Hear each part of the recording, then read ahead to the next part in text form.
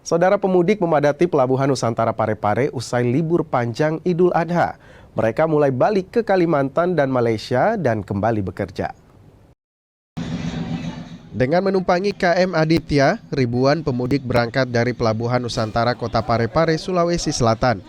Mereka kembali ke Kalimantan dan Malaysia setelah menghabiskan libur panjang Idul Adha di kampung halaman di Sulawesi.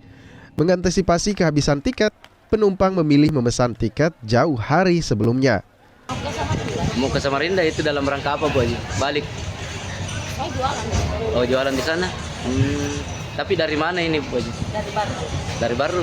Mudik ya, Bu? Iya. Berapa hari? Lebaran 1 minggu. Oh, Lebaran 1 minggu.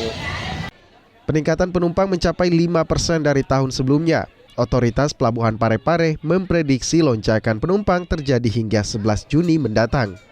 Ada tenggang waktu sampai ke 30 Juni.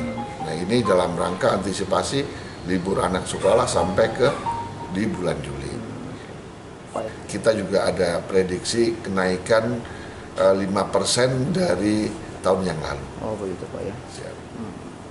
Selama mudik, Pelni menyiapkan 10 armada. Pemeriksaan kelayakan kapal juga dilakukan pihak KSOP demi keselamatan penumpang. Sudin Samsudin, Kompas TV, Parepare, Sulawesi Selatan.